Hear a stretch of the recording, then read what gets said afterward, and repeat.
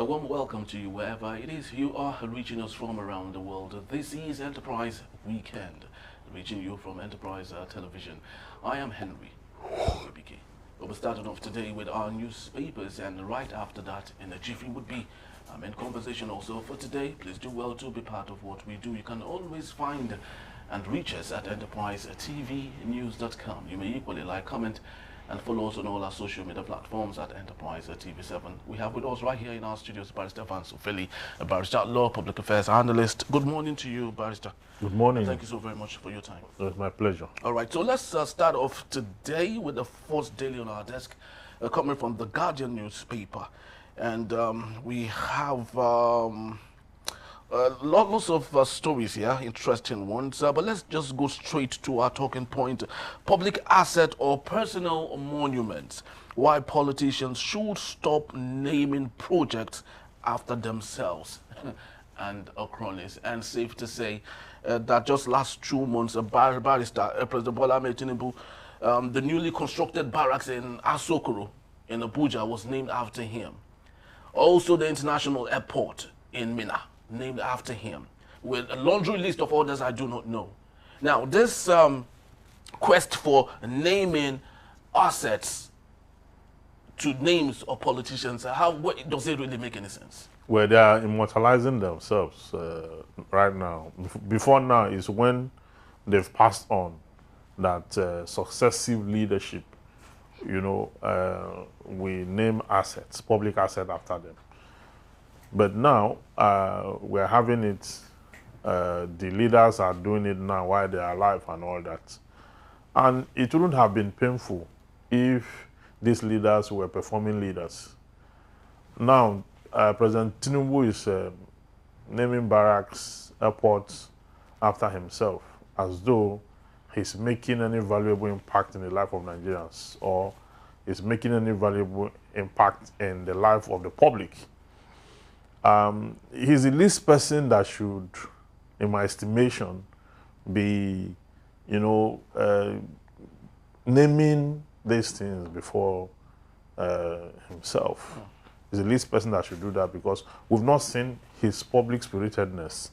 We've not seen his strategy to develop and improve the life of Nigerians. Since he came into power, the life of the people of Nigeria have been on steady decline, and he's been spending money recklessly. Him and the vice president building houses for themselves, renovating existing houses for themselves, and not making any valuable input in the lives of the people. So it is painful. These assets are public assets. Okay, and they should remain public assets. It's not, some time ago, President Gridlock Jonathan named the University of Lagos after Moshood Abiola. Which was, of course, rejected. And the results came in, so the agitation was, you know, was enormous that they had to pull it off, because the alumni of the school came very heavy on him, that he shouldn't soil the name of that school. I don't think,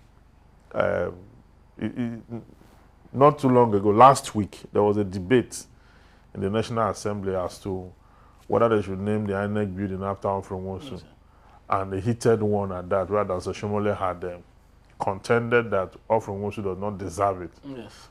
The House was divided. Those from the senators from the Eastern extraction were of the view that he deserves it. Some of that, I mean, they made it ethnic, and so, I mean, they should just allow us to breathe. We need, you see, people like Nnamdi Azikiwe, Olowo, and the rest of them who stood out in their time, and then footballers like Sam Okwaraji, and then when you're immortalizing people like that, it makes sense. We know their contribution to nationhood. But people who have joined forces with evil to work against society are now being immortalized. This is not...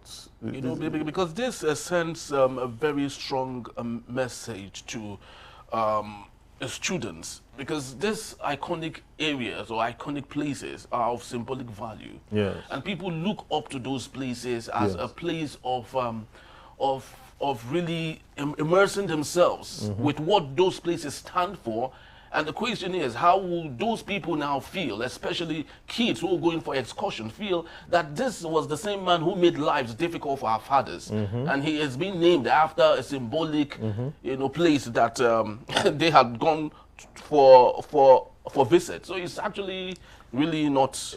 It's not a good. Suiting. It's not a good one. I mean, for touristic attraction and for history and memory, okay, people who inflicted hardship on the masses should not be. You can imagine the barracks that leads to in Abuja, the barracks that leads to Maraba is called Abacha Barracks by your left. Yes. You can imagine. Why should you immortalize Abacha? Why? Okay, till today, the funds that he stole are still being discovered in all countries of the world, and that is the person that we have immortalized, So it's painful. We don't need to have this kind of, except that the elite, there's a way they reason. Like I wrote some time ago, they believe that everybody is in support of what they are doing. They believe that sometimes they are surprised that people are criticizing them.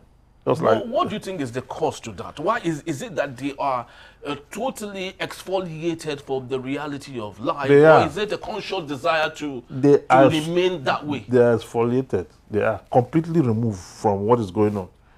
Look at someone like Remi Tinubu now. People were saying, you are not our mother. And she was surprised.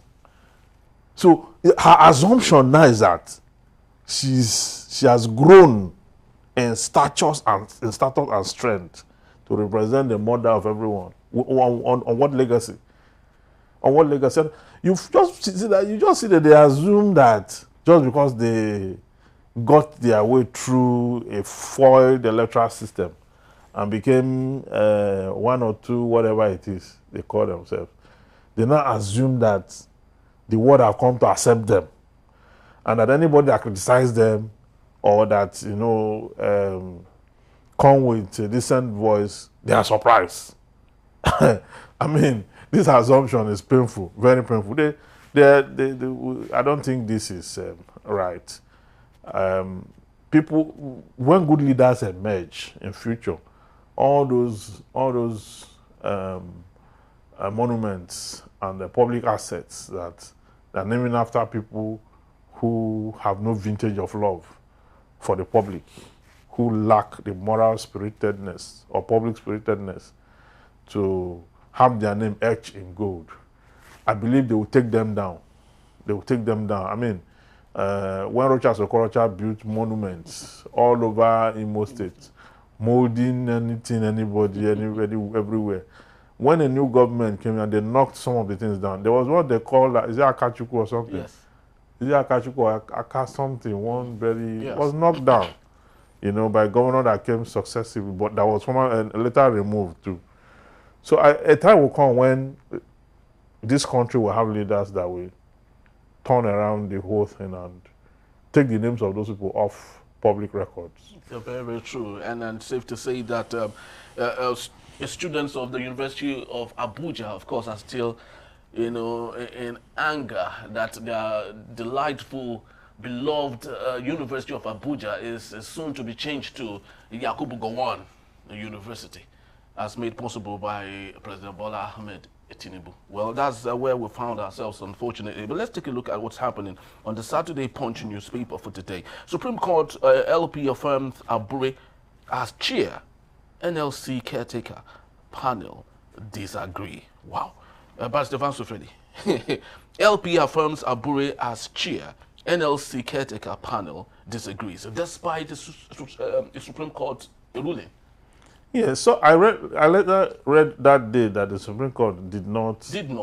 Yeah, I mean, the reports are conflicting. That's why I'm waiting for the judgment. Because when you rely on journalists to do analysis as a lawyer, it's not very safe.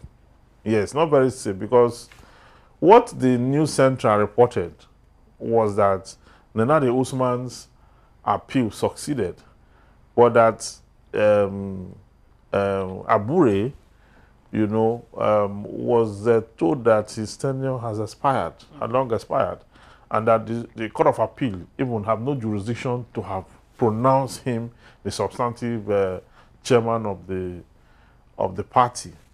Later on, other analysis emerged that the Supreme Court did not sack Abure, that the Supreme Court only condemned the action of the Court of Appeal for not having jurisdiction. You understand? Because it's an intra-party,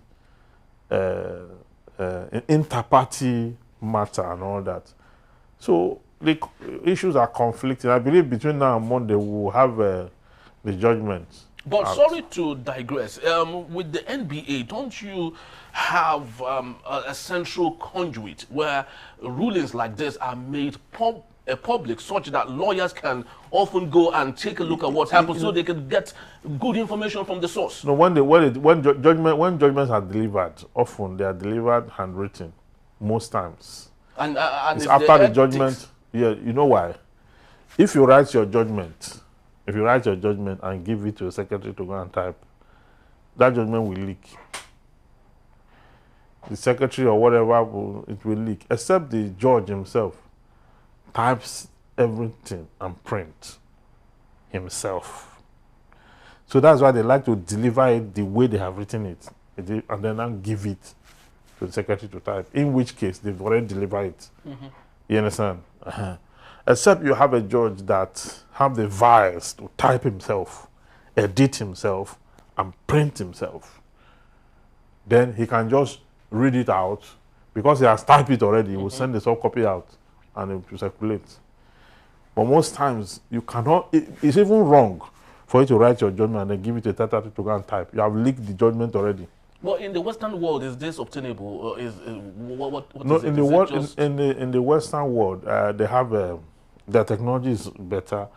A judge can just write his judgment, read it out to a machine, and the machine will type it. I mean, you can read it out to a machine and you type it. It will get it ready. It can even, the machine will even put all the punctuations, everything. So it's ready. Yeah, you just have a stenographer. A stenographer is the one that will provide information that went through during trial or during the proceeding in court. The ones that the judges are not able to capture longhand, they use a stenographer's record to make it up. So, but I don't think these judges have a machine that when they just read up, can type it out, and but no judge will write a judgment and give it to a secretary to go and type. It will leak. If not from the secretary, from somebody that knows the secretary, from whatever. And a judgment is supposed to be delivered in the open court before a third party gets access to it. They're supposed to deliver in the open court, so that the only time it's getting into the hand of a third party, secretary or whoever, is after it has been read to the public. So then, you can do whatever you want to do with it. All right, very well. So let's take a look at other human angle stories coming from the Saturday Punch newspaper. Hospital rejected my pregnant wife. Mortuary refused her corpse. A grieving husband. Now, this is a viral story that's been everywhere. A young man. Is it the same man? Yes, the same man, actually, whose wife, died because he couldn't provide 500,000, and so on and so forth. But let's dig deep into this particular matter, because this would go a long way to maybe helping people understand their duties, their responsibilities, and so on and so forth. When a woman gets pregnant, it's not an accident. And nature allows for the woman to have 9 months progress to make that possible. Yes. You don't just conceive and give birth. No, it takes 9 months. So it's a preparatory time for the husband or whoever it is that's responsible to arm himself as much as he can. Yes. But in Nigeria, it is not the same. So as much as we would love to, of course, pander towards a sentiment for the young man and equally blame the hospital, which of course is not a charity arm, How do you think we can better manage this, balance this, especially with a kind of society, a difficult economic situation we found ourselves in Nigeria? Yeah, that 9 months period is actually for a process of preparation. It is expected that the husband, within the 9 months, would have been able to get resources and save up resources for the D-Day. But like you said, in Nigeria, it's not often the case. And this happened, there was no funds, there was nothing. Because of the fact that we are humans, and we are not humans at the same frequency. Because if I were to be the doctor there, I would not reject that woman. I would rather give birth to the baby there and keep them until they're able to come pay for the hospital bills. I would rather do that than to ask him to take her to another place just because of money. And, you know, they took her to another place, and from there, all this happened. There's a back-end story to it that the man also on Twitter is one person who have always applauded this government and supported this government. So many people or so many persons on social media went to his timeline to go asking questions. So you don't have 500,000 naira and you are praising this government. So you did all this and you expect hospital not to reject, and you expect the mortuary not to reject the body. You expect, I mean, it looks like he has offended a lot of people. So some people are saying that it is because of his conduct, that's why he's being treated that way. But I beg to differ. I think that no matter how people constitute themselves, their conduct, we should not take that against them in a matter of life and death. Very well. I don't think so. I may not be right, but I think that whatever it is people have done wrongly, in the face of life and death, such should be suspended. When we have saved life, we can come back to continue the discourse on our conduct. Yeah, that's what I feel about it. Unfortunately, the woman is gone. He has 2 children and died with the 3rd one. I know I condone. I send my condolences to the husband and the family at large. It's a very pathetic situation. It's also a situation that raises a question of the lack of facilities in our clan. Okay, in the West, if you don't have money, I don't think they have charity organizations that are available for things like this, like the Red Cross, some other organizations on public health and human safety. Even the local county have a provision for indigent people. So that is how it is in the West. Our society has to develop to that point. It is not everybody that will have money. Definitely. That's the truth. Very true. Not everybody that will have money. Those who don't have, provision should be made to take care of them.